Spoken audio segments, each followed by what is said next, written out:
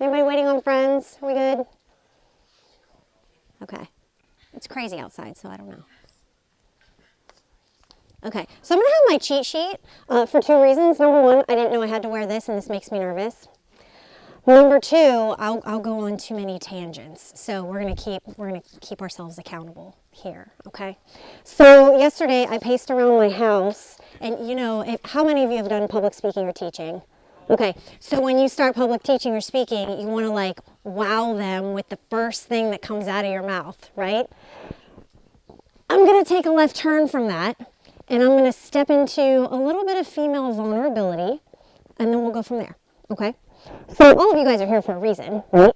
You're here to learn more about your bodies.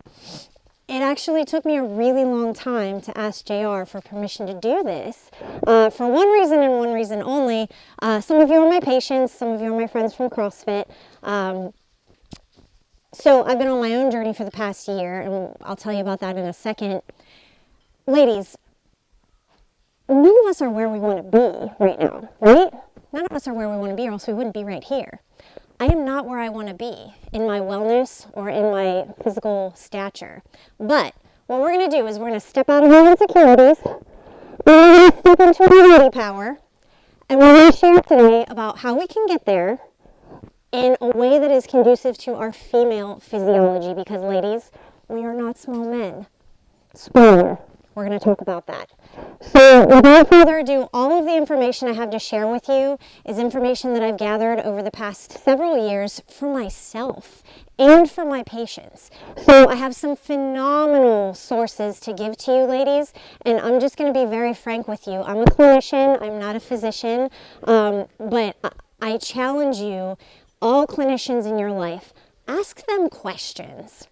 Ask them questions. Do not just take somebody's even professional opinion for what they're giving to you. Ask the questions. Because I'm here to tell you, from the conventional medical world, there are holes and there are flaws. And they don't make it easy for us as females to get that information. So if you take nothing else from this presentation, take that.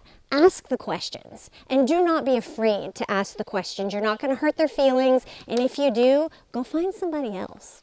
Go find somebody else that can stand up to you, woman to woman or man to man, and give you the information that you're searching for. So, Dr. Sarah Godfrey, Dr. Anna Kaveka, after the presentation, if you ladies are interested in looking into this further, please ask me. I'm happy to share my sources with you. Dr. Will Cole, Dr. Jessica Drummond. That's what I'm here for today. There's a reason that I didn't want this to be a paid endeavor or like something that you ladies would have to pay a fee for. This is information that we should all have access to, okay? So, my name is Ashley. I think I know most of you. Some of you new. I'm a board certified women's health specialist, physical therapist. I work for WVU Medicine right now. I've worked for UPMC. I've worked for Florida Hospital. I've been doing this for about 16 years. Over the past year, I also got my certification in integrative nutrition health coaching. And that's just a fancy way of saying, instead of putting somebody on a diet or nutrition change, we're going to try to change their behaviors. Because when you educate somebody, you get about a 30% success rate of follow through with that education. But if you change somebody's behavior, you get about a 90% success rate. So we want to move more toward that health coaching, those behavioral changes, those lifestyle changes that are going to actually stick around, instead of trying the diet, failing in the diet, and then getting frustrated and going round and round and round. So briefly, my story: I'm 40 years old. I have a 7-year-old. My health stuff started when I was 20, except I didn't know it. I was in college, living the college life, and I had GI issues, which I'm sure most of us in this room do. What was I told? I went to a GI specialist, I went to my PCP, and they told me I was fine. I had a colonoscopy at 20, I had an endoscopy at 21, everything was totally fine. I get to my 30s, I meet my now ex-husband. I get pregnant with my daughter at almost 33 years old. I became severely preeclamptic at 34 weeks. I had a 3-day induction followed by an emergency cesarean section, followed by a 9-day stay at the hospital for organ failure. So I can now say that without bursting into tears because I want to set the stage for what we're going to talk about, ladies. Our health and our wellness does not only have to do with our nutrition and our fitness. It has to do with our previous traumas and what we have put our bodies through for the past 20, 30, 40, 50, 60 years, right? These traumas and these life situations are setting the stage for what's going to go on physiologically with our hormones. Does that make sense? So, it's not as simple as like put the donut down. It's so much more than that for a female. Okay? So, the beauty of being a woman is that we're so uniquely different from a man. And sometimes that could be a little overwhelming, right? Like we can't just cut the calories and come to CrossFit and kill it 7 days a week. And we're going to talk about that. We're going to talk about how we can tweak that a little bit, again, for our female physiology. And Joelle isn't here. I was expecting my friend Joelle. She's writing a book about what she calls hustle culture, which is we're to do all the things at all the times, right? We're to work 40 hours a week. We're to take care of our bodies. We're to cook meals for our families. We're to take care of the house. We're to take care of this. We're to take care of that. When does it come in to actually be? And just rest. And just allow your body to catch up to itself, right? We have kids. We have all sorts of things. So I thought this was really interesting. I think this is from Dr. Will Cole. Women respond to stress differently than men and get out of it differently. So men tend to go into more of fight or flight, sympathetic response. Women actually look for co-regulation. So they look for that befriending, which is going to increase their oxytocin, which is what we're going to talk about in a second, which is the top of the hormone cascade. So that's where we're going to start. And the problem with that is, with women specifically, stress can be real, stress can be imagined, or stress can be anticipatory. They all affect your body the same. All of them. So if you step out into the road and a car zooms by and you get that flush, that's a real physiological response. Ladies, when you're rushing around in the morning to try to get to work, to try to get your kids to work, try to get your husband fed, all go on and on and on. That is a perceived stress to your body. When you come to the gym and work out and you're getting that hit of dopamine, that is a perceived stress. That is an actual stress to your body. It's a positive stress, but it is still a stress. So we have positive stressors and we have negative stressors, and you want to be able to balance those two things. We're constantly living in more of the fight or flight, right? Almost always. We need to learn how to jump down into the parasympathetic, into the rest and digest. And this is what's going to start to heal not only hormones, but so many other physiological processes in your body. So, jump. What's the first thing you think of when you think of hormone balancing? What are some of the things that pop into our mind?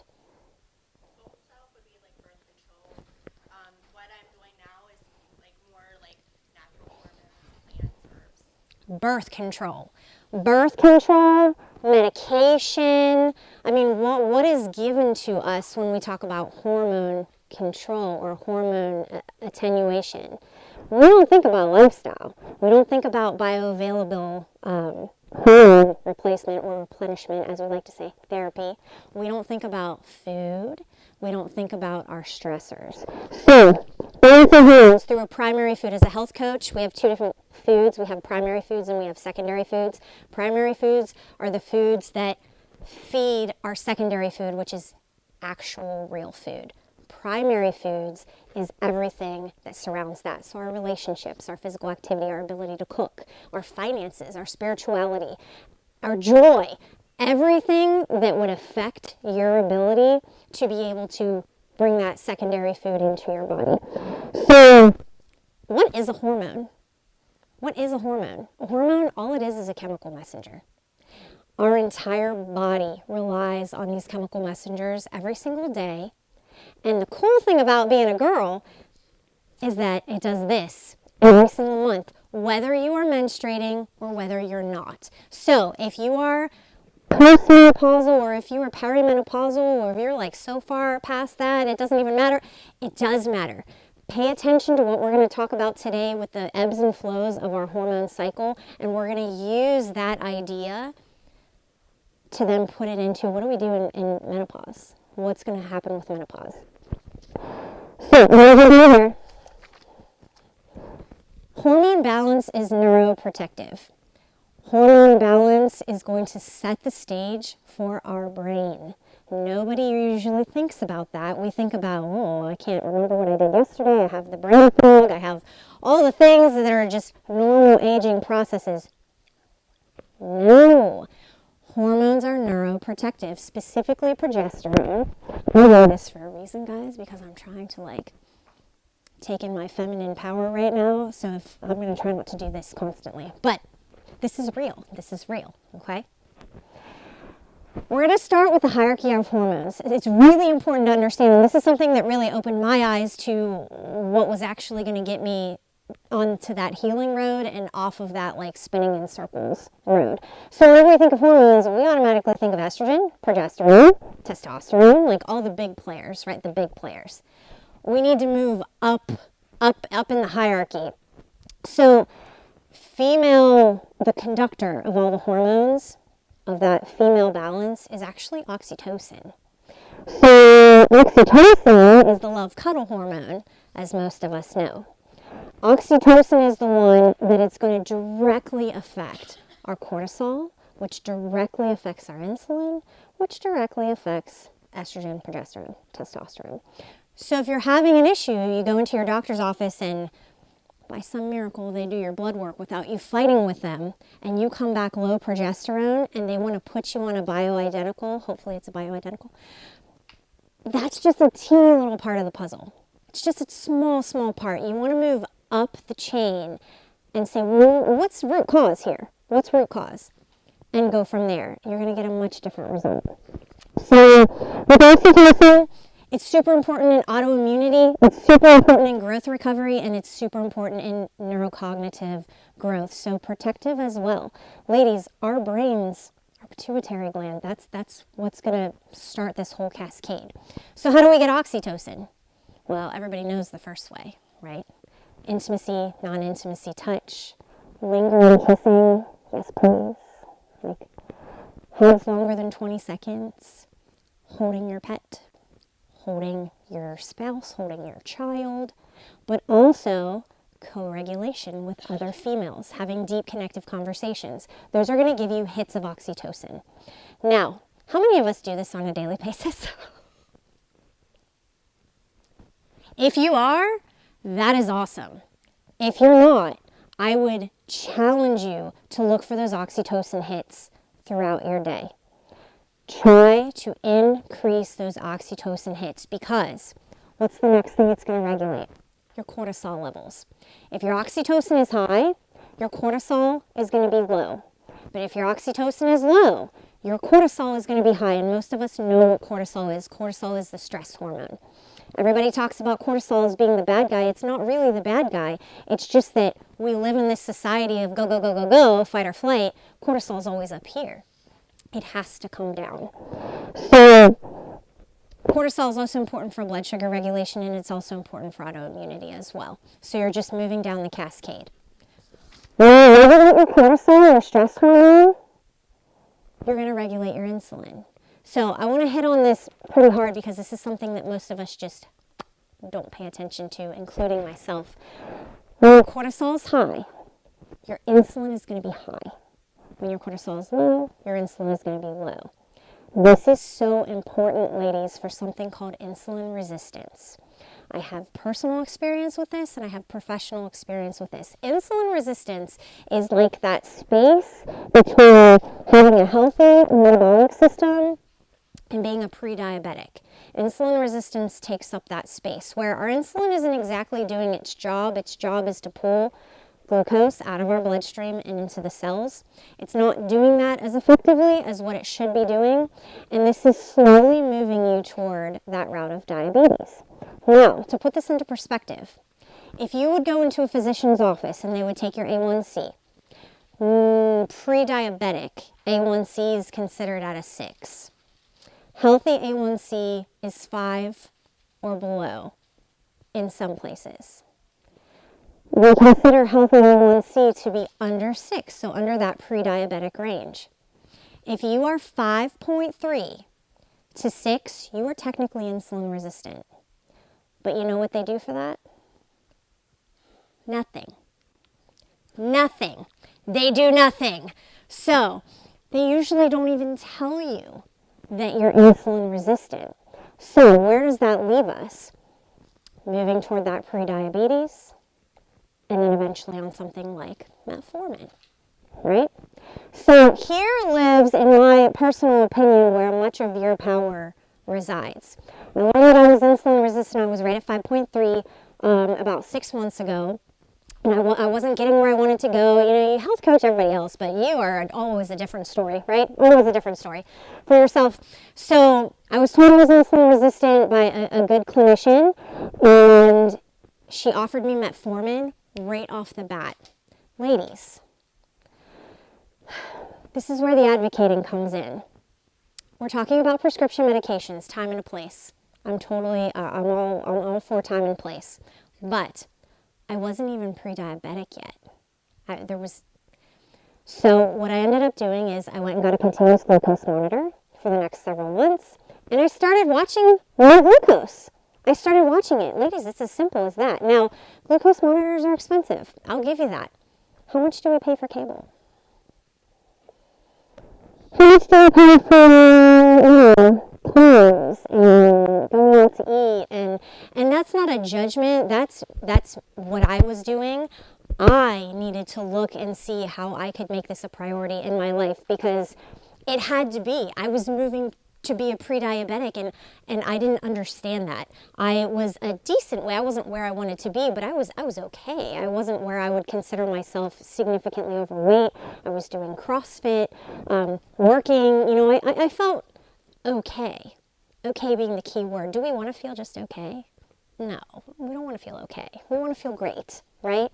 So I got my continuous glucose monitor, and I'm going to tell you something. That thing has taught me more in the past almost 6 months that I've had it than any intervention any physician could have given me, because it is giving you real-time biofeedback as to what you are putting in your mouth and how it is affecting your physiology in that moment. So, insulin resistance. We want to be sensitive to insulin. You don't want to be resistant to it. You want it to swoop in, take the glucose out of your blood, and then swoop back out. You want that ebb and flow. You do not want it to stay up here trying to pull all that glucose out all day long. You want that ebb and flow. Because when you are insulin sensitive, you are then going to produce the correct amounts of testosterone, estrogen, progesterone. So specifically estrogen is extraordinarily sensitive, and this is what we're going to talk about today. So I hate those talks, ladies, where they like lure you in and they're like, learn all about this and sign up for my program. You're going to go home with tools today to start using today. And again, all women need to know this. I love teaching. And I love lecturing, and I love learning a little bit, probably maybe too much sometimes. But the reason I love it is because what does it give us? It gives us autonomy, right? It gives us the ability to control exactly what we can for our bodies instead of relying on somebody else, aka other clinicians, other physicians. We need more of that. So, estrogen, super sensitive to insulin, but what do we always hear about estrogen? Estrogen causes cancer. Why do we want that? I encourage you to ask these questions. Estrogen does not cause cancer. Old recirculated estrogen that it never makes its way out of your metabolism, out of your body, is a higher risk of certain types of cancer. gives you a higher risk of things like endometriosis. Estrogen in and of itself is extraordinarily protective, just like progesterone. Again, neuroprotective. We need estrogen for our bones. We need estrogen for our soft tissue structures. When women, again, I'm a pelvic floor therapist, so women come into me, lots of atrophy vaginally, lots of pain, lots of discomfort. The very first thing we talk about is, what are we doing? And most of them are postmenopausal. What are we doing for the estrogen situation? Well, nothing. Are we doing any bioidenticals? Are we eating to increase our estrogen? Are we taking care of our insulin and our cortisol? No, we're not. There's so much you could do. We don't want to vilify all of these hormones. We want them to work for us. That's the goal. We want them to work for us, and we want them to be optimal. So, skinny, after 40, the average woman gains 5 pounds of fat, loses 5 pounds of muscle every 10 years unless you're doing something to address your insulin. So I was just telling one of my clients last night, and she's so sweet, and she's on the train of like less calories, more working out. Ladies, I'm here to tell you that's not going to work. It is not going to work as soon as you approach even beginning of the 30s. More research is coming out. Perimenopause starts to happen in our 30s. Early 30s for a lot of us, and for those of us who've had hysterectomies and birth control our whole lives, it's going to happen way sooner, way sooner. So we want to be aware of that. We're going to jump down to a little bit of menopause, and then we're going to go right into nutrition and fasting for our physiology. Have any of you read Mindy Pelz's book, Fast Like a Girl? Okay. Awesome. Have any of you read anything by Sarah Gottfried or Anna Kabecka? Two phenomenal board-certified GYNs. Okay, we're going to get on that train. So, our brain or neurochemistry changes between 35 and 45, which means these two things are going to change as early as 35 to 45. Now, again, bear with me. So, menopause, when we get to that, is a singular day. Leslie and I talked about that. That's like, most of us think of menopause as like this time period. No, that's perimenopause and postmenopause. Menopause is a singular day. And that singular day is the anniversary that you don't menstruate anymore. Once you hit that 1 year, you are then in menopause. Some of us are like, yay! And some of us are like, So I like how Anna Kabecka talks about it. She talks about it as a second spring. I love that. Because most of us are very fearful of menopause, right? We're very nervous to get to that because we hear about all the bad things. You don't have to fear it. You just have to learn about it. That's all. You just have to learn about it. And again, take that autonomy. Take the control that you have over your body and use it to your benefit. So, in menopause, we hit somewhat of a metabolic crisis because of that inner talk between insulin and estrogen. Which is why, ladies, if you're killing yourself at the gym, and you're doing the good diet, and you're doing all the lifestyle change things, and you're still not losing weight, I can promise you something's going on with your insulin. Something's going on with your insulin, and we need to tune into that. So, your progesterone is going to go down first, and then your estrogen, your estrogen is going to go down second. So with progesterone going down, the things that we're going to notice is increased anxiety, poorer sleep, moods, and then your periods start to get closer together. But when estrogen starts to get down, that's when we get into the more typical thinking menopause symptoms, so the hot flashes, the major interest in food, and the minor interest in like self-care, the mood, major lability, and all these are from that quick reduction in estrogen. And then when we stay there, then we need to start looking for the brain health, the brain fog, early dementia, heart disease, overall dryness in our tissues, which manifests as wrinkles. You know what I mean? You're going to start to see those things when progesterone has come down and then estrogen has also come down. So, and I love this. I think it was Sarah Gottfried. She said, physiology drives behavior. So this is where we get into like, why do I feel like 4 different people in 1 month, right? Or if you're postmenopausal, like, why don't I like my husband anymore? Like, I don't like him anymore. Or, a variety of other things. Physiology drives your behavior. If you are having mood lability, that is not just something to be like, well, I'm 50 now, it's okay. Is that me? Okay. We're hooked up to lots of things. So, the first question you want to ask yourself is, and I tell this to my patients and my clients, don't go big or go home. Ladies, drop down to the basics. Drop down to the basics. Are you sleeping? Are you eating on a regular basis? Are you reducing your stress regularly? Are you making time for play? Are you getting sunlight? Are you moving your body appropriately? Are you pooping? Are you breathing? All of those things are basic, and most of them are free. Why are we jumping to the medications when you have access to all of these things right off the bat? But most of us are going to think, well, those things are hard. They're hard. Those are lifestyle changes. That's what's going to give you the longevity.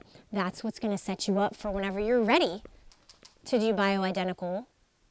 You're already optimizing everything else, and you're actually going to see a huge difference. I love this too. This is probably like my favorite part of the presentation. So Sarah Godfrey was talking about this specific subject, and she started talking about hormone testing. I won't get into that right now. I have a very strong opinion on that, so I'm going to keep that to myself. But she talks about most of the research that has been done on weight loss and wellness. Ladies, surprise, surprise, they do it on men. And then they use those numbers to work for women. That's not going to work. But you know what the researchers had said? It's too hard. It's too hard to follow a woman because she has too much going on with her hormones. Sarah said, if you're told it's too difficult or complex to test your hormones or to get a hormone panel or to get a full thyroid panel, go find another clinician. They're out there.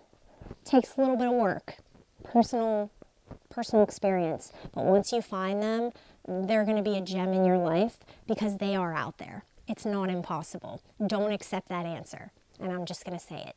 Don't accept that answer. We can all do better, ladies. All of us. Clinicians, physicians, we can all do better. So before we're going to jump into the cycle syncing is simply eating, moving, and controlling your stress for our physiology, whether you're menstruating or whether you're not menstruating. A couple of terms I want to define. Autophagy. Autophagy is whenever you have cellular death and then turnover. This is part of what's called detoxing. So whenever you quote unquote detox your body, we want that cellular turnover to be happening because that's when new cells are created. And we want that. That's what we want. We don't want old cellular material to be recirculating in our body. That's called toxicity. So when we detox, we want to do it in a very slow manner because, and this is for food, this is for any behavior. Detoxing is removing the bad and taking in the good, right? If we're not detoxing, we can't take in the good. We have too much bad circulating. So autophagy, we're going to talk about that in fasting. You want autophagy to happen slowly and gently. You don't want any of this stuff to happen quickly and aggressively because what does that do? That puts us into fight or flight. You don't heal in fight or flight. You heal in parasympathetic rest and digest. So, and then the other term is hormesis. Who knows what hormesis is? Who's heard that term? She's like, I heard you say it all the time. So hormetic stressors are stressors that positively stress our body to create resiliency.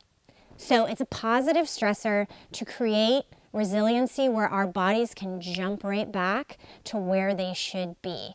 Example, fasting, exercise, sauna, cold plunge. All of those things are hormetic stressors. In order to use hormetic stressors, again, we need to know when and how to use them instead of being like a guy and just like jumping in the cold plunge, you know, when we're not in a position in our cycle to be able to do that. We respond differently. So, we're going to talk about 2 different ways of eating, and any of you that have been my patients or who know me well, I'm not a huge fan of macro tracking. It has its time and its place. It absolutely does. But for long-term management, ladies, you can't be like, I eat half a thing. It's not feasible. That's how we fail, right? It's not going to be a long-term solution, but it certainly can be a short-term guide. So when I talk about the 2 eating styles that we want to be participating in, feel free to count your macros. I have handouts for everybody that has, I believe it has the macro counts, maybe not. Maybe not. But I'm going to go over them with you, and if you want to use them as a guide, feel free to use them as a guide. But I would encourage you to start thinking about food in 2 different ways. Intuitively, so are we actually hungry? How do we feel when we eat? What are we doing when we eat? Are we running? Are we eating in the car? Are we, the children are I had a client and she was like, I sit down to eat and then my kids are like, I want. And so I'm getting up 4, 5, 6 times. And I'm not going to go into the health coaching aspect of that, but I want you to just, how are you eating? Are you digesting your food? Are you chewing it? We can't digest our food in fight or flight. We can't. That's when we're going to start to have issues. So I want you to think of intuitive eating and intuitive fasting. When you're fasting, some of it's uncomfortable, but it should not be unmanageable. You should not be like, my blood sugar is tanking, I feel horrible, I have flu-like symptoms. No, we're moving into that fight or flight. We want to get out of that. So intuitive eating, number 1. Number 2, quality over quantity. Quality over quantity. Ladies, we all know to eat protein. We all already know that. We all already know to eat the healthy fats. We know to eat our fruits and vegetables. But maybe something you don't know is it's important to get grass-fed meat because of what the cow eats. What the cow eats is what you're going to eat. It's important to get pasture-raised eggs. What the chicken is exposed to and her cortisol levels when you eat it, that goes into you, and that's going to affect your cortisol levels. So what you eat is really important. And this was a very overwhelming concept to me because I was like, everything in my house is poison. I don't know what to do. I have no money. Like, what's going to happen? So start with one thing. Start with one thing and change that one thing and then gain that momentum to continue to change other things. I have I'm a single mom with 1 child. It's different with a single income. So it's different for me than it would be for a 5-person family. Very different, very different. So I challenge you to look at that. The quality of your food, where you're getting it, if it's local, when you're eating it, and then are you intuitively eating? So with that being said, 2 types of eating that we should be participating in. The first one, and I'm going to use Mindy Pell's right now. I'm borrowing a lot of my information for her. And ladies, actually, I'm going to have you guys pass this around while I talk. So the first handout is the hormone hierarchy. If you'd like one, please take one.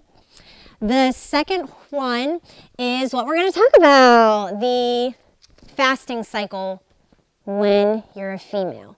So I'm going to pass that out too. Feel free. And then the third one, I'm going to hold off for a second because I don't want you reading it ahead of time because that's what we do. So, and actually it does have the macros on it. So she refers to 2 terms, ketobiotic and hormone feasting. Ketobiotic is more of what it sounds like, a keto-based approach with a lot of pro and prebiotics and a very high amount of fat. So let me preface with, keto is not meant to be a long-term solution, ladies. I tell my patients this all the time. Keto is a short-term solution. Ketones are like gasoline to our cells, but it's not meant to be that way through our entire cycle. You're supposed to put the gasoline on and then let it burn, right? And then put more gasoline on, and then let it burn. We're not supposed to be putting the gasoline on constantly. That's what ketones are. So she talks about ketobiotic in specific times of our cycle. And typically those times are when our hormones are low. So when we have lower hormones, lower estrogen, lower progesterone, you want to be eating more of a keto-based diet, which means lots of protein, moderate amount. I should say moderate amount of protein. Ladies, FYI, you eat too much protein, that could eventually turn into fat. So be aware, be aware. Moderate amount of protein, high amount of fats, high amount of vegetables, lower amount of fruits and complex carbs. Now, if any of you know me well, I love fruit. I'm a big fruit fan. I think it feeds our brain. I think it gives us energy. But what I have learned in my own journey, as well as for many of my patients, especially with endometriosis or something that's already inflammatory in their system, is there's a time and a place for that. So if you already have an inflamed system and you're introducing any kind of higher carbohydrate food, your system is not going to react normally. It's going to take that sugar and perhaps not use it in the way that a healthy body would. So I just want to preface with that because that's something that I had to learn for myself. Fruits are amazing and complex carbs are amazing, and hey, we need them. But there are certain times in your cycle that they're not as advantageous. So we have ketobiotic. We're eating more keto-based, not as many carbs, very minimal carbs. And the reason we're doing that is because when your hormones are low, this is the ideal time to participate in hormetic stressors, so fasting. So we're going to get into that in a moment. The other type of eating is called hormone feasting. I love that. I love that term, hormone feasting, because it's so like shame and guilt free. Like think about hundreds of years ago, ladies, they would feast on food and then they would go through famine, and then they would feast again, and then they would go through famine. Like that's how our bodies are created to do it. But what do we have now? We have like any food we want at the tip of our fingers through like DoorDash, right? We can eat whatever we want, whenever we want. And so our bodies have become disconnected from that intuition. From, am I actually hungry? Does my body actually want carbs today? Or is it craving something else? So hormone feasting is whenever we're going to ramp up the carbs. We're going to actually triple. And some people could consider that like a carb cycling sort of intervention.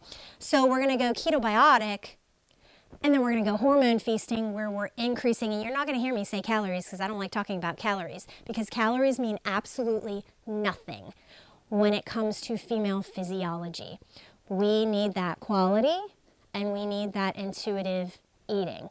So obviously calories mean something if you don't have those two other things, but calories don't mean nearly as much in terms of weight loss.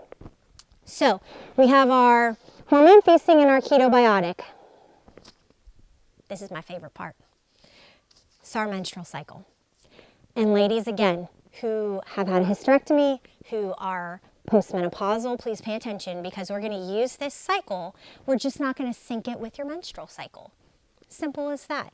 We're going to use this ebb and flow. And there's like some small caveats to that, and that's what we're going to go through. But this is how you're going to challenge your metabolism. This is called metabolic flexibility. When your metabolism is flexible, when your insulin is working the way it should, this is when weight comes off. When it is not flexible, when it's not working the way it should, when you're insulin resistant, your weight is not going to move. Case in point, my struggle for the past 2 years. So, is JR still here? No, he's way gone. He heard hormones. He's done. So I backed off of CrossFit for the past year, as some of my friends know, because I had these things that I'm talking about today. I had a hormone imbalance, but I could not find a clinician that would confirm this to me. I had to find it on my own. And luckily, again, I like learning. I enjoy doing that. But a person that is not their joy, it would be almost impossible for someone to confirm to you like, hey, this is what's going on. You have gut dysbiosis. You have a hormone imbalance. Your stress is really messing you up. Your cortisol is high. You need for that to be confirmed, or do you? Do you need it to be confirmed? Like, what matters? Do our symptoms matter? how you feel matters, or does it matter to actually have that on a piece of paper that says, my cortisol is high? That's what I thought. It's nice to get that confirmation. You don't need it. You don't need it. Listen to your body, and your body will give it to you. So,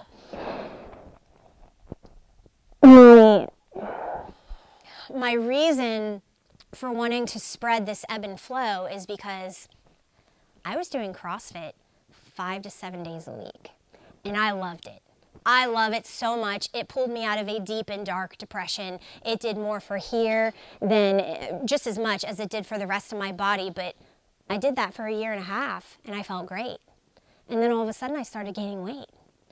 And I was doing the same thing. And I was getting mad. I was getting upset. Like, why am I killing myself? And I'm putting on weight.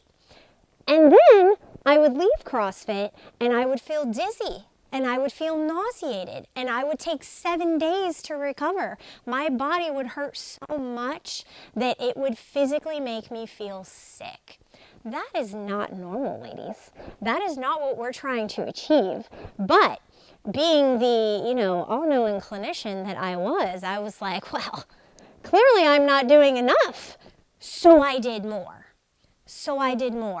And ate less and didn't sleep well. I'm here to tell you, the minute I pulled back from the intensity of my workouts and the minute I changed the way I was sleeping and started to prioritize that and gave myself a little bit of damn grace and was like, you know what, I'm not going to go today. Stuff started changing. Now, I did a lot of other things too, but I had to do those things first, okay? I had to be able to tell myself, like, this is, when you work out, the point is to feel good, not depleted. And that's what I tell my patients and my clients. Are you feeling good after you work out? Are you feeling energized? Or are you feeling depleted? If you're feeling depleted, something is off. Something is off with, again, insulin, cortisol. That is not the proper response to exercise. JR left. He doesn't like the word hormone. Fair enough. But this is what I want my ladies to understand. Ladies, guys they're not the same. So when they leave here depleted or tired and then they get bigger and thin out, different response. They're dealing with testosterone. We're dealing with 16 other things, right? So don't compare your success to the men, okay? Consider the hormonal aspect. So, getting into the menstrual cycle. Day 1 of our menstrual cycle is the day we heavily bleed. That is day 1. Not the trickling, not the spotting. Day 1 is the heavy bleed. So, day 1 through 10 is when our hormones are at their lowest. Estrogen is very low and it starts to build up slowly. Progesterone is really not in the picture yet. So, day 1 through 10, she considers the power phase. This is when we're going to lean into more ketobiotic. And I have cheat sheets for you guys so you don't have to stress out. I'm a big note taker, so I'd be like writing and not listening to anything. You want to lean into ketobiotic, and this is the time to fast. This is the time to get the benefit from something like autophagy. So she recommends fasting anywhere from 13 to 72 hours. Now, she prefaces with, if you've never fasted before, you do not jump into a 72-hour fast. You want to consider cortisol and insulin, because if you stress yourself out too much, that is going to go haywire. So you want to start out with a lower fast, 13, 14, 15, 16 hours, because when you hit that 17-hour mark, that's when autophagy happens, and that's when you can start to get a little uncomfortable with that cellular death, that cellular turnover, that detox. So day 1 through 10, ketobiotic style of eating, lots of pre and probiotics, lots of protein, lots of high fats, less carbs. Your energy is actually going to start to go up. Everybody considers the menstrual cycle, we're tired. Yes, building up to it. We're in a different hormone phase than we are once it actually starts. So, when you do your fast, you want to be very cognizant of how you break that fast. So whether you're fasting for 13 hours or 23 hours, it doesn't matter. When you break your fast, you can't break your fast. I mean, you can. You're going to get more benefit from intentionally breaking your fast. And a great way to break your fast is through high fats, high healthy fats. She uses the example of avocado with sauerkraut. You got your fat and you got your probiotic. Example. You don't have to do that. Example. I recommend not breaking your fast with coffee, ladies. Coffee on an empty stomach is just terrible. I have no other word for your microbiome. So what do most of us, we get up and we drink the coffee first thing on the empty stomach so that we could poop? Killer for your hormones. I know I'm reading all of your minds right now. I know. Coffee on an empty stomach. I encourage you, if you're going to drink the coffee, do it after you get food in your stomach, okay? So you're not getting that hit of acidity and that hit of everything that's going to just demolish your microbiome. We want our gut to be healthy. I know, damn it. I know. Listen, I told my sister about the app that you use to scan products, the EWG. If you don't use it, you should use it. EWG, Environmental Working Group. You could scan personal products and it gives you a number of how clean those products are. I told my sister about this. She comes back like 2 days later. She's like, everything causes cancer. I know, welcome to the world of enlightenment. It's terrible sometimes. It's awful. So you want your hormone focus in the first 10 days to be on that insulin and estrogen ebb and flow. Remember, if insulin gets too high, estrogen is going to tank, and you don't want that because estrogen is what's creating your ability to eventually ovulate. If you're not ovulating, same premise, ladies, you want that ebb and flow of insulin. You want insulin to be lower, which is why we're doing the ketobiotic approach. In this phase, you should feel more emotionally stable, less hungry, more energy, and that should only improve as the 10 days go on. If you're not feeling that, that is an indication that something is off. So that's one of many indications that something could be amiss. Excessive insulin creates a deficiency in estrogen and a hyperproduction of testosterone, and this is when you're going to see ladies with something like PCOS. This is when you're going to start seeing PCOS is polycystic ovarian syndrome. So an increase in testosterone, which can create cysts on the ovaries. They consider it an endocrine disorder, but really it's a systemic disorder. Ladies, our bodies do not, our stomach is not separate from our sex hormones and et cetera, et cetera, et cetera. Like they all go together. So you can't just look at that from one perspective. So that's day 1 to 10. We are energetic, we are ketoing, we are reducing our carbs intentionally, we are listening to our bodies, we are fasting a little longer if you're feeling appropriate to do so. Then we're going to move into day 11 through 15, which would be our ovulation stage. So for those of us who had like a hysterectomy and we don't have a period, yes. How do you know that you're in day 1 through 10 versus day... So you're not going, that's a really good question, and I'll just answer it right now. So the difference between a person who has had a hysterectomy and is in menopause versus a person who's cycling, ladies, the only difference is that you're not going to be syncing with your cycle. You're going to pick a day, and you're going to start, and you're going to use this ebb and flow. Now, it takes, I'm going to say, a fair amount of intuition because your body is going to have to adjust. So whenever you start this, you can start in a manner of really feeling out your boundaries in terms of like fasting. I would start on the lower end of fasting. I would not jump into an autophagy fast right away. You could also be a little less, I should say, diligent with carbohydrates, especially if you're working out hard. But again, creating that rhythm, that's the goal. It doesn't matter when you start. When you're menopausal or whenever you have a hysterectomy, pick a day, start on day 1, and you're creating that rhythm. It may take up to 3 months for you to start to see and feel the benefits that the rhythm will give you. When you're menstruating, you want to start on day 1 of your period. Does that answer your question? Okay. So in the ovulation, or in day 11 through 15, she calls that the manifestation phase because we are extremely creative, we are very communicative, and our energy is skyrocketing with our libido.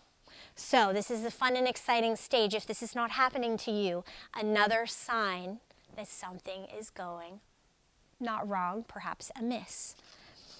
In the manifestation stage, in the day 11 through 15, you're going to switch to hormone feasting. So this is when we're going to increase those carbs. This is when we're going to add the fruit. We're going to add the healthy complex carbs. You're going to as much as triple your regular carb intake. So she recommends on the Ketobiotic 50 grams of carbs. She recommends on hormone feasting 150 grams of carbs. Healthy carbs, right? Healthy carbs. So in this stage, your focus is going to be estrogen and testosterone. We really want testosterone levels to be healthy because this is again playing a role in ovulation. Your healing focus is supporting a healthy gut. So if our guts are not healthy, ladies, a huge portion of our hormones and especially things like serotonin come from our gut. If your gut is not healthy, if your gut is not working, that's going to affect the cascade.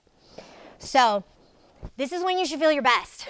If you're not feeling great in days 11 through 15, again, look at some of these things. Hormone feasting, high motivation, your liver and gut, you want to emphasize it because this is when we're going to start metabolizing that estrogen. We want to use the estrogen and then we want it to go away. We don't want it to just recirculate into our body as old estrogen. This is when problems start to occur. One of my symptoms was really, insane, men would disagree, but my boobs got huge and really tender. And it was, despite what they think, that's not fun. It's painful. And especially if you're doing something like this, it hurts. So that is a sign of estrogen not metabolizing. Something to think about. When we get into day 16 and 19, we're going to dip back into keto for a couple of days. This is, again, when our estrogen and testosterone go down and progesterone is going to start to go up. This is the problem that many of us get in because progesterone has a very significant relationship with cortisol. So, in this couple of days after ovulation, we're going to dip back into that power phase, more keto, more fasting. Let me go back to the ovulation. In that 11 to 15 days, you can fast, but you don't want to hit autophagy. You want to only go to 15 hours or less in your fasting. You don't want to get into autophagy. So power phase, autophagy, longer fasting, ovulation, back off a little bit, more carbs, back into the power phase, fasting, autophagy, just for a few days until progesterone starts to go up in our very last phase, which is our luteal phase, which is, she calls, the nurture phase, appropriately.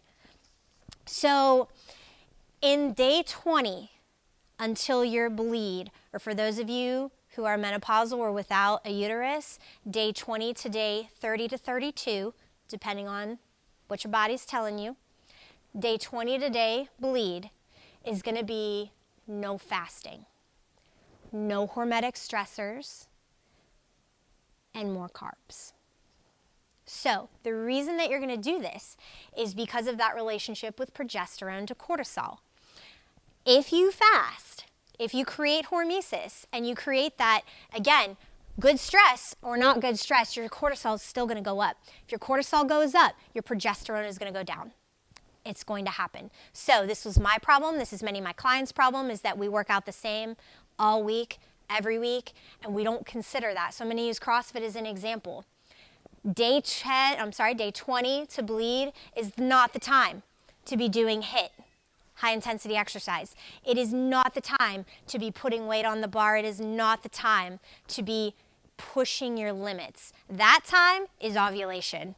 That time is the first 10 days in your power phase. So I'm not saying that you have to change that or never do that. Be aware of that. And then if you decide to do that, pay attention to how your body feels after. Because I guarantee you there'll be a difference between end of your cycle and beginning of your cycle. In this last phase, progesterone has a calming effect to your body. So if you're feeling very out of control or anxious or you're not sleeping well, that is a sign that your progesterone could be very low.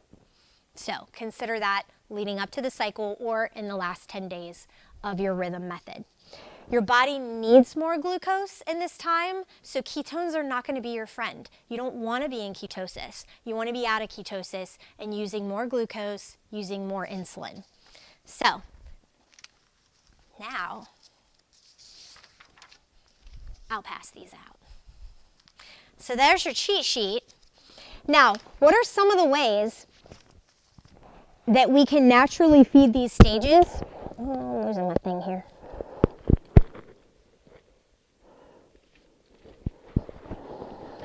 So what I gave you, ladies, was a breakdown of the ketobiotic and the hormone-facing food plan, the macros, and then the breakdown of the days, which was on another one of the handouts. So there are such things as estrogen and progesterone building foods, ladies. Surprise, surprise. So we don't always have to go to the medications. We don't have to say our progesterone or estrogen is low, now we need hormone supplementation. Our bodies are very brilliant. You want as much endogenous hormone production as possible. And one way you can do that is through controlling oxytocin and cortisol and your insulin. But the other way to do that is to feed your body estrogen and progesterone promoting foods. So estrogen promoting foods, I just want to touch on this really quick because there's some caveats. Seeds, nuts, and legumes, if you have gut dysbiosis, this might not be your friend. So this might not be something that you want to jump to if you're trying to increase your estrogen levels. So for my peri and postmenopausal ladies, if you have a gut problem, focus on more of perhaps the fruits and vegetables, cooked vegetables, which is much easier to digest, versus something like a seed or a nut, which can be very irritating to your gut if you have an underlying condition. And then in terms of the fruits and vegetables, berries are going to be your friend. A lot of the squashes are going to be your friend. Those are some great choices for estrogen. Progesterone, you're going to shift more into the root vegetables. Again, preferably cooked if you have a gut issue, but these tend to be a little more gentle. Cruciferous vegetables are in there as well. I would definitely recommend cooking those. And then you have more citrus and tropical fruits. When you go down the list and you see legumes, I would caution the type of legumes you're eating. So peanuts are a legume. They're not a nut. Some people are intensely sensitive. Actually, many people are intensely sensitive to peanuts. So be mindful. Be mindful of your choices in these phases. But these are just a couple of examples that you could use. And then whenever you flip onto the back, we have some probiotic-rich foods, some polyphenol foods which help with detox, and then prebiotic foods, which a prebiotic is going to feed the probiotics in your belly. So the little good guys in your belly, you want to feed them. You don't want to feed the bad guys. I particularly like prebiotic chicory root, dandelion root. You can find teas that have that. That's my go-to. That is like the first thing I put on my stomach in the morning when I do break my fast. And then for the probiotic-rich foods, I'm going to throw one more in. Actually, no, it's already in there. Dairy has gotten a really bad rep, ladies, and I could talk about this for days. It depends on the dairy that you're eating. So conventional dairy, very inflammatory, not the greatest choice. There's two kinds of proteins in dairy. A2 protein is the protein that you want. It is far less inflammatory. You can find it at Kroger's. It's literally called A2. Or you can use goat's milk, or you can go wild and crazy like me and consume raw. And that's a whole other conversation. But I know, I'll send you an article. So many choices. So it's actually illegal in West Virginia. I go to PA in Ohio, and I get mine from the Amish. So message me. If you guys have any questions about any of this, feel free to message me. I'll share information. So that is that's going to be that's going to set the stage for a little bit of a structure of how we want to focus our food. Again, a couple of caveats with postmenopause and if you have a hysterectomy. The goal of this is to always metabolically flex your system. We do not want to do the same thing all the time for months and months and months. We as females need that ebb and flow. We need the high and then the low of the carbohydrates, of the fruits, and we need to adjust our activity levels to those phases if we want optimal outcomes. So again, high intensity exercise, more appropriate for lower hormones. Believe it or not, when you're fat, this is the time to do your fasted workout, right? It is not the time to do your fasted workout when you're approaching your period or whenever you're in the last 10 days of this rhythm. Not the time. If you decide to do that, be more cognizant of how you can nourish your body afterwards for full recovery. So the biggest question I get asked is, who's this going to work for? It's going to work for everybody. If you do it and if you listen. We are all bio-individual. There is not a one-size-fits-all. That's not how this works. This is just an outline of what we're looking for. But if on day 9 you're like, man, I am hungry, I need carbs, eat the carbs, ladies. Listen to your body. Get in touch with that intuition again. Just a couple examples: gut dysbiosis, infertility, hormonal cancers, autoimmune issues, diabetes, cardiovascular disease, accelerated aging, missing your cycle, thyroid issues, hair loss. This is going to help all of those things. Is it going to cure it? No. We're looking for management of chronic issues that will eventually fade away when we start listening. Right? And last thing, a couple of things you want to really avoid leading up to your fast. So if you decide you want to go the fasting route, technically we should be looking at nutrition, fasting, and activity all together. We don't want to just look at one thing. But specifically for the fasting, leading up to that, there's a couple things you really want to avoid because it's going to have more of an inflammatory effect. And then we're going to close off and you guys get to go home and hopefully it's not snowing. And this is going to make me unpopular, so this is why I saved it for last. So, bad oils. Bad oils. The bad oils are seed oils, ladies. Seed oils are extraordinarily inflammatory.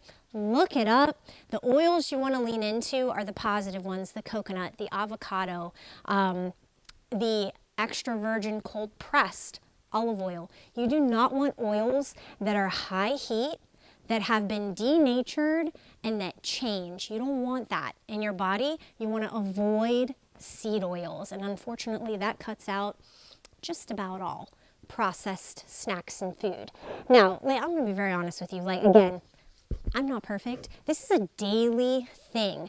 I'm sharing this with you, ladies, because we need to know and we need each other to be successful, right? So if I see Jess in the Starbucks line, which is probably where I'm going to be, I'm not going to be like, she's failing.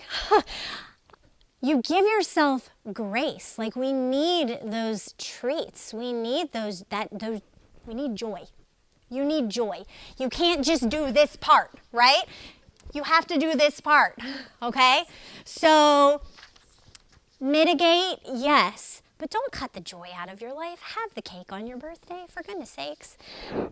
So bad oils, refined flours, that's a big one. Chemical-laden foods, MSG, high fructose corn syrup. You really want to start paying attention because, guys, those things are hidden. Soy, oh my gosh, soy is a huge one for us ladies in terms of estrogen. And then lastly, and this is the one everybody's going to get mad at me for. Wait, before you do that, can I ask a question? Yes. Build it up. Go ahead. I'd be angry with you when I ask this question. So that was one of my I saw in here that you have soybeans. Yes. I've always been told that soy for women is from hell. So, that's a natural growth. So if it's organic soy, it can be beneficial. The large majority of soy in this country especially is GMO, and it is not organic. You have to look. You have to look. And then if you happen to get something, so like a vegan food that has organic soy in it, check the other ingredients because it probably has seed oils. So, or other chemicals, unfortunately. But edamame that you can present at the grocery should be totally fine. Okay. Should be totally fine. Yep. And that's the thing. We want to be mindful. We don't want to drive ourselves crazy, ladies. We don't want to increase the cortisol by looking at our food. You just want to be mindful. You want to be educated. So edamame, like she said, whole food. That's great. You're not going to eat enough edamame to, drive everything out of whack. But if you're somebody who eats processed tofu every day, that could certainly make a difference in a negative way. The last one is alcohol, ladies. It's alcohol. So let me preface with, there are worser alcohols and better alcohols, but I'm just going to be real frank with you. Alcohol is not good for our gut, and it's not good for our hormones. And the polyphenols that you'll find in the red wine, you can find those in a lot of other places. Not the best source. Again, go back to your oxytocin. Okay, have the glass of wine if you want the glass of wine. Just don't have the glass of wine every single night, 2 of them. Like, that's where we draw the line. That's what I'm talking about my mom right now. So be cognizant, but don't stress yourself out. Have some grace with yourself. We have grace with everybody else, but we don't have grace with ourselves, right? So the goal of today, to recap, we are not men. We have different physiological needs. We need to ebb and flow our nutrition, our hormetic stressors, and our activity level in accordance to our lady physiology. Whether you're doing CrossFit or whether you're doing yoga, it doesn't matter. You want to be aware of that intensity and the needs that your body have. I can go on a million different tangents, ladies, about the importance of sleep and the importance of sunlight and the importance of grounding and the importance of getting back in touch with the things that we are so far removed from, and those make a huge difference as well. I would be remiss to say that this is what I do as a health coach. As a physical therapist, I deal more with the physical aspect of things, but as a health coach, we're talking more about lifestyle changes. If you're interested in that, please reach out to me. Otherwise, thank you guys for coming. It's snowing outside, and you still came. So I really appreciate it, and I'm here to answer any questions. Thanks, Jess.